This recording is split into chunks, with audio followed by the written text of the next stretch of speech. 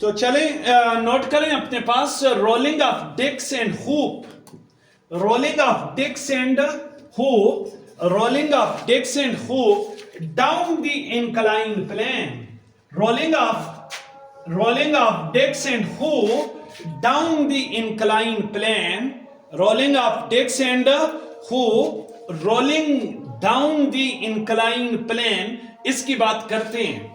सबसे पहले हम लोग बात करेंगे इस डिस्क की बात करेंगे, ये डिस्क हुप की बात कर देते हैं।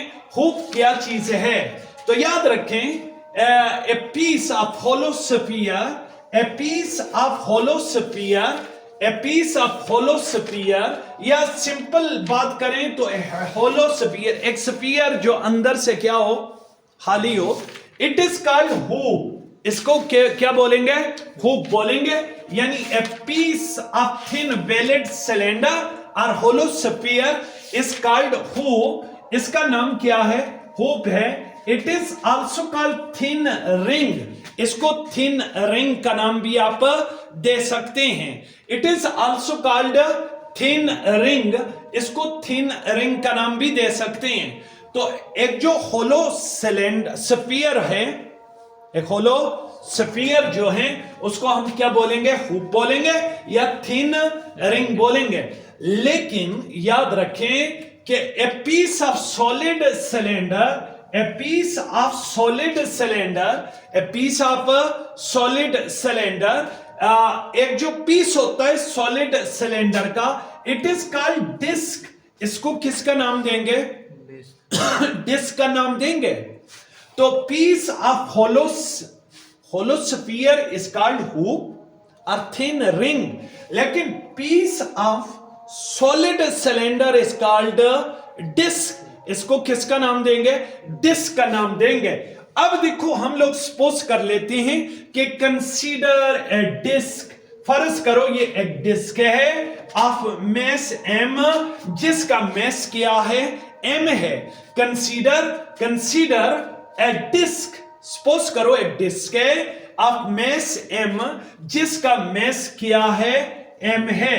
एंड ए हुप, और एक हुप है, ये हुप है जिसका मैस क्या है, m है। यानी दोनों के मैस क्या है, सेम है और सेम हाइट के ऊपर हैं, ये दोनों सेम हाइट के ऊपर हैं। They are allowed to move, अब हम लोग इनको मूव करवाते हैं। They are allowed to move, हम इनको मूव करवाते हैं कहां पर, along the inclined plane, along the inclined plane, ठीक है ना, of slope of or inclination theta. यानी ये इंक्लाइन प्लेन क्या होती है, इंक्लाइन प्लेन वो प्लेन होती है ना जो हॉरिजॉन्टल के साथ क्या बना रही होती है, एक एंगल थीटा बना रही होती है। तो मैंने सपोज ये कर दिया कि consider a disc of mass m and a hoop of mass m which is allowed, जिसको हम allow कर रहे हैं to move along a inclined plane of slope, जिसका slope या inclination क्या है, थीटा है। आपको बताता चलूं, when they roll, जब ये दोनों रोल करेंगी ऑन द इंक्लाइन प्लेन, जब ये दोनों इंक्लाइन प्लेन के ऊपर रोल करेंगी तो then they possess two types of kinetic energy, इनमें दो तरह की एनर्जी होंगी। When the disc and hoop, जब ये डिस्क और हुप रोल, जब ये रोल करती हैं ऑन द इंक्लाइन प्लेन, किसके ऊपर, इंक्लाइन प्लेन के ऊपर, तो then they possess two types of kinetic energy, इनमें दो तरह की काइनेटिक एनर्जी होगी। एक इनमें होती है लीनियर काइनेटिक एनर्जी और इसमें दूसरी क्या होगी जी, रोटेशनल काइनेटिक एनर्जी होगी। यानी रोटेशनल काइनेटिक एनर्जी होगी। इन दोनों में दो तरह की एनर्जी होंगी। क्यों, लीनियर मोशन की वजह से इनके पास लीनियर काइनेटिक एनर्जी होगी और रोलिंग की वजह से, रोटेशन की वजह से इनके पास कौन सी एनर्जी होगी, रोटेशनल काइनेटिक एनर्जी होगी। तो हम लोगों ने क्या सपोज कर दिया कि consider a disc of mass M and hoop of massem which is allowed to fall on inclined plane making an angle theta, जो क्या बना रही है, एक एंगल थीटा बना रही हैं। when they roll down, जब ये रोल डाउन करती हैं, then they possess two types of kinetic energy, इनके पास दो तरह की काइनेटिक एनर्जी होती हैं। एक होती है लीनियर काइनेटिक एनर्जी जो लीनियर मोशंस की वजह से होगी, और दूसरी होगी रोटेशनल काइनेटिक एनर्जी होगी जो किसकी वजह से होगी, रोटेशनल काइनेटिक एनर्जी की वजह से होगी। देखो जब ये इस हाइट h के ऊपर होंगी तो इनके पास क्या होगी, पोटेंशियल एनर्जी, लेकिन जब ये रोल डाउन करेंगे तो इनकी पोटेंशियल एनर्जी लॉस होगी और काइनेटिक एनर्जी गेन होगी। अब देखो सबसे पहले हम लोग बात करते हैं, इस डिस्क की बात करते हैं या इस सिलेंडर की बात करते हैं। व्हेन द डिस्क का सिलेंडर रोल डाउन, जब ये सिलेंडर रोल डाउन करेगा, when the cylinder roll down, जब सिलेंडर क्या करता है, रोल डाउन करता है, तो इसकी पोटेंशियल एनर्जी सिलेंडर्स की हाइट के ऊपर इसके पास कौन सी एनर्जी है, पोटेंशियल। जब ये रोल डाउन करेगा इंक्लाइन प्लेन के ऊपर, तो यही पोटेंशियल एनर्जी किस में कन्वर्ट होगी, काइनेटिक एनर्जी में, यानी पोटेंशियल एनर्जी लॉस होगी, काइनेटिक एनर्जी गेन होगी। तो इसका मतलब ये निकल आया कि अगर ये सिलेंडर, ये वाला जो सिलेंडर, ये डिस्क, ये इंक्लाइन प्लेन के ऊपर क्या कर रही है, रोल कर रही है, तो इस सूरत में लॉस इन पोटेंशियल एनर्जी, इसकी पोटेंशियल एनर्जी में जो लॉस होगा वो किसकी इक्वल होना चाहिए, गेन इन काइनेटिक एनर्जी। लेकिन इसमें काइनेटिक एनर्जी दो तरह की है, एक है लीनियर मोशंस की वजह से और दूसरी है रोटेशनल मोशन की वजह से। तो gain in kinetic energy due to translational motion, एक ट्रांसलेशनल मोशंस की वजह से होगी, और दूसरी गेन इन काइनेटिक एनर्जी, ये काइनेटिक एनर्जी गेन करेगी किसकी वजह से, ड्यू टू रोटेशन। अब सर देखो हमारे पास क्या सूरत बनती है, वैसे लॉस इन पोटेंशियल एनर्जी, इस पॉइंट के ऊपर इसकी पोटेंशियल एनर्जी राइट करो तो क्या बनेगी, mgh होगी कि नहीं होगी, mg यानी h हाइट के ऊपर है ना, तो इस सूरत में इसकी पोटेंशियल एनर्जी बन गई क्या बन गई, mg। और ये कितनी ट्रांसलेशनल काइनेटिक एनर्जी गेन करेगा, तो ये काइनेटिक एनर्जी गेन करेगा जी 1/2 mv², ये गेन करेगा।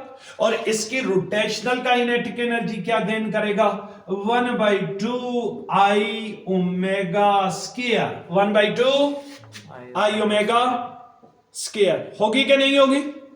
लेकिन आपको ये पता है, पीछे आपने एक टेबल पढ़ा था, उस टेबल में आपको पता है कि मोमेंट ऑफ इनर्शिया जो होता है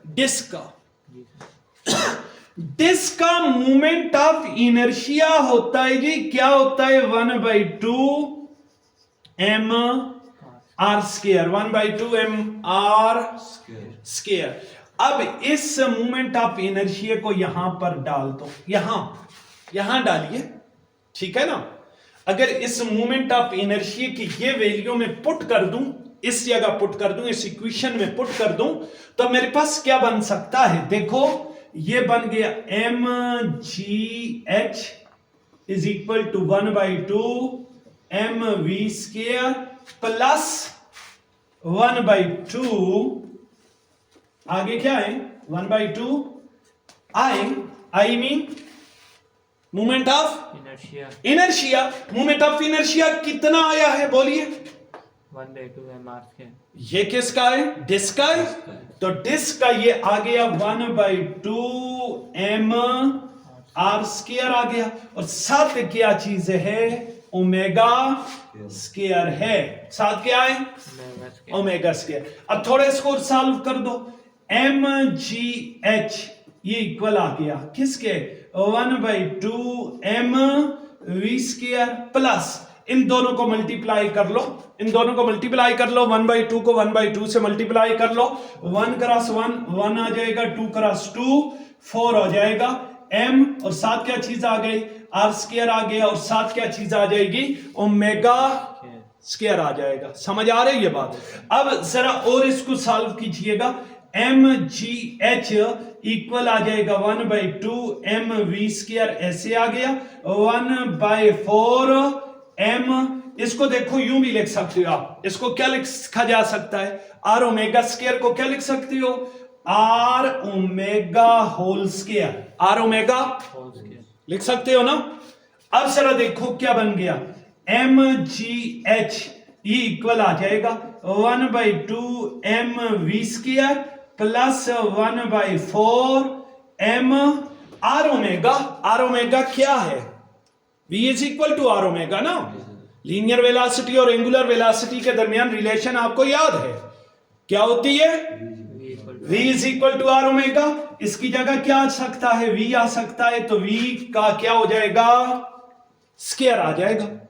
अब एक काम कीजिएगा, एक काम कीजिएगा, क्या काम करो, देखो 1/mv स्क्वायर इधर भी है, इसको क्या कर लो, कॉमन लीजिएगा, तो देखो क्या बन गई ये इक्वेशन, क्या बन जाएगी, mgh is equal to mv square, क्या आ गया कॉमन, mv स्क्वायर क्या आ गया, इधर क्या बच जाएगा 1/2 प्लस 1/4, तो ये आ जाएगा 1/2 प्लस 1/4 आ जाएगा। क्लियर है ना।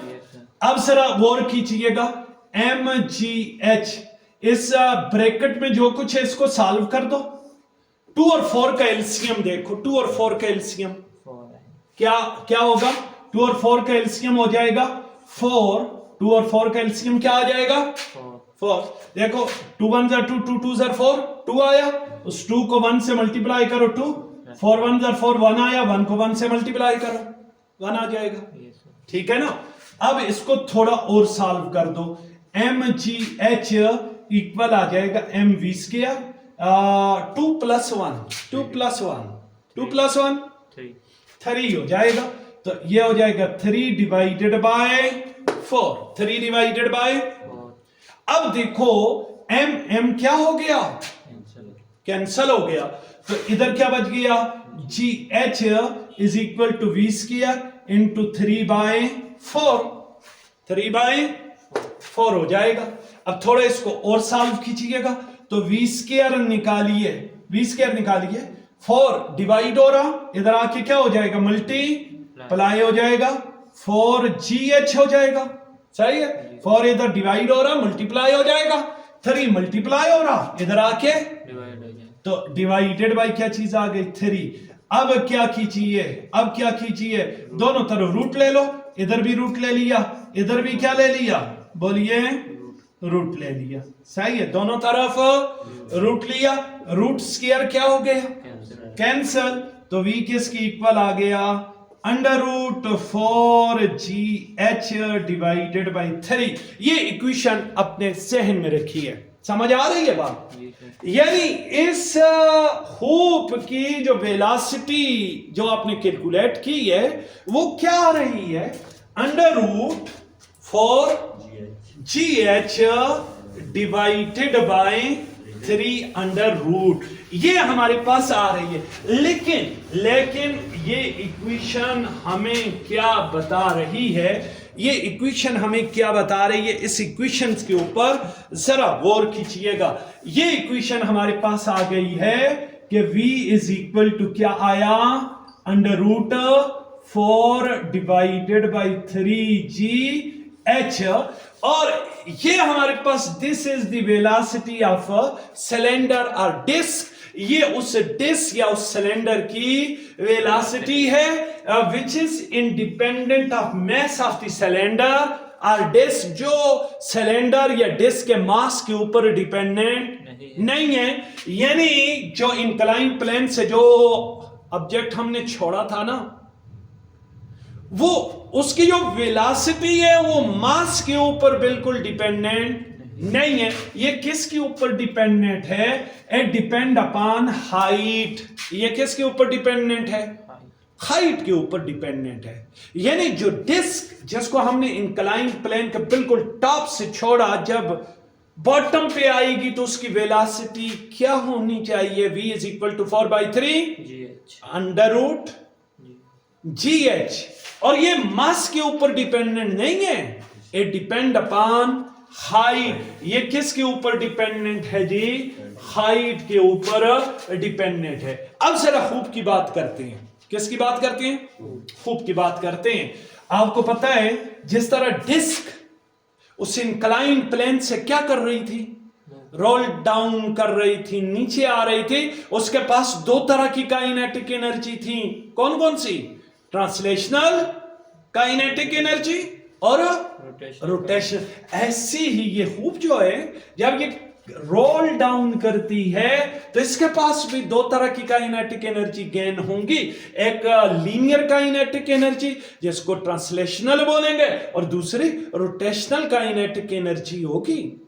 अब उसी तरह लॉस इन पोटेंशियल एनर्जी यहां पर क्या होना चाहिए? इसकी जो पोटेंशियल हाइट के ऊपर है ना, इसके पास पोटेंशियल एनर्जी है। जब ये रोल डाउन करेगी, इसकी यही एनर्जी काइनेटिक एनर्जी में कन्वर्ट हो जाएगी।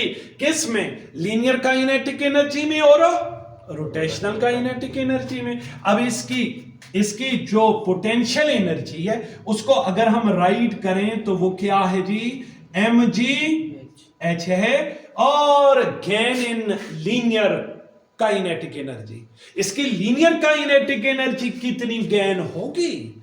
तो ये आपको पता है, linear kinetic energy translational kinetic energy होती है 1/2 mv स्क्वायर। और ये रोटेशनल काइनेटिक एनर्जी कितनी गेन करेगी? तो ये होगी 1/2 I omega square, 1/2 I omega square. ये इसकी रोटेशनल काइनेटिक एनर्जी आएगी। लेकिन हुप का मूवमेंट ऑफ इनर्शिया आपको पता होना चाहिए कि हुप का मूवमेंट ऑफ इनर्शिया क्या होता है। तो याद रखो, हुप का मूवमेंट ऑफ इनर्शिया होता है, क्या होता है जी? I is equal to mr square. I is equal to mr square. अब इस इक्वेशंस में ये वैल्यू डालो, इस वैल्यू को यहां पर उठा के पुट अप कीजिएगा, ठीक है ना? इधर पुट अप करें तो क्या बन गया? mgh is equal to 1/2 mv square plus 1/2 I। What is I? क्या है जी? mr स्क्वायर है। तो इसकी जगह आ गया mr स्क्वायर, साथ क्या चीज है? ओमेगा स्क्वायर है। साथ क्या है? ओमेगा स्क्वायर आ जाएगा। समझ आ रही है बात? अब जरा गौर करें कि हमारे पास ये क्या बन सकता है? mgh is equal to 1/2 mv square plus 1/2 mr square omega square. इसको क्या लिख सकता हूं मैं? आर स्क्वायर ओमेगा स्क्वायर को आप लिख सकते हो आर ओमेगा होल स्क्वायर लिख सकते हो, आर ओमेगा। तो ये मेरे पास से क्या बन गया? mgh is equal to 1/2 mv square plus 1/2 m। R omega की जगह क्या डाल दूं? v डाल दूंगा। तो ये क्या बन गया? v और v का क्या आ गया? स्क्वायर आ जाएगा। अब थोड़ा और इसको सॉल्व कर लो। तो इस सूरत में देखो 1/2 mv square plus 1/2 mv square, तो 2 टाइम 1/2 mv स्क्वायर लिख सकते हो ना? या 1/2 को 1/2 में ऐड कर लो, या इसको लिखो 2 time 1/2 mv square. 1/2 2 time mv square हो जाएगा। 1/2 mv square plus 1/2 mv square, तो 2 टाइम हो जाएगा mv 1/2 mv। अब ये 2 क्या हो गया? कैंसर। m क्या हो गया? कैंसर। तो gh किसके इक्वल आ गया? तो ये आ जाएगा v स्क्वायर। और v स्क्वायर किसके इक्वल आ गया? तो v स्क्वायर इक्वल आ गया किसके? gh की इक्वल आ जाएगा। अब इस स्क्वायर को खत्म करें, स्क्वायर कैसे खत्म होता है? रूट लेंगे, दोनों तरफ रूट लीजिएगा। तो देखो इधर आपने रूट ले लिया तो इधर भी क्या लेना पड़ेगा? रूट। तो ये रूट और स्क्वायर कैंसल, तो इधर क्या बच गया? v is equal to under root g h आ जाएगा। इसका मतलब ये निकल आया कि हमारे पास ये इक्वेशन क्या बनती है? v is equal to under root g h. H. अब देखो it is the velocity of hope. ये क्या है? ये वेलोसिटी है किसकी? होप की वेलोसिटी है, which is independent of, which is independent of, जो इंडिपेंडेंट है किसके ऊपर? mass of the body, यानी which does not depend upon mass of the hoop, जो hoop के mass के ऊपर डिपेंडेंट नहीं है। और इन दोनों इक्वेशंस को अगर आप कंपेयर करो, दोनों इक्वेशंस को आप कंपेयर करो तो देखो GH वाली टर्म यहां भी आ रही है, GH वाली टर्म यहां भी आ रही है।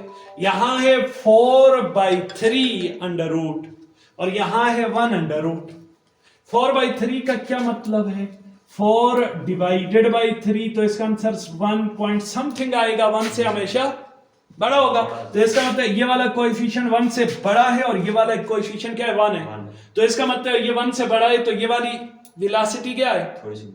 थोड़ी सी ज्यादा है और ये वाली वेलोसिटी कम है।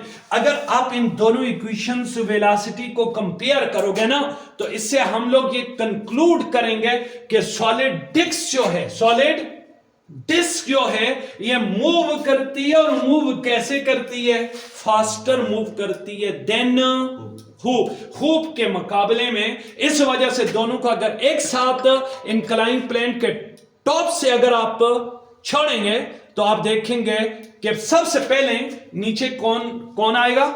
सॉलिड डिस्क आएगी, उसके बाद हुप आएगी। क्यों? कि डिस्क की जो वेलोसिटी है वो हुप से ज्यादा है। और इन दोनों की जो वेलोसिटी है, जो इंपॉर्टेंट बात है वो ये है कि ये मैस के ऊपर डिपेंडेंट नहीं है। बस इस आर्टिकल्स को हम लोग यहां खत्म करते हैं।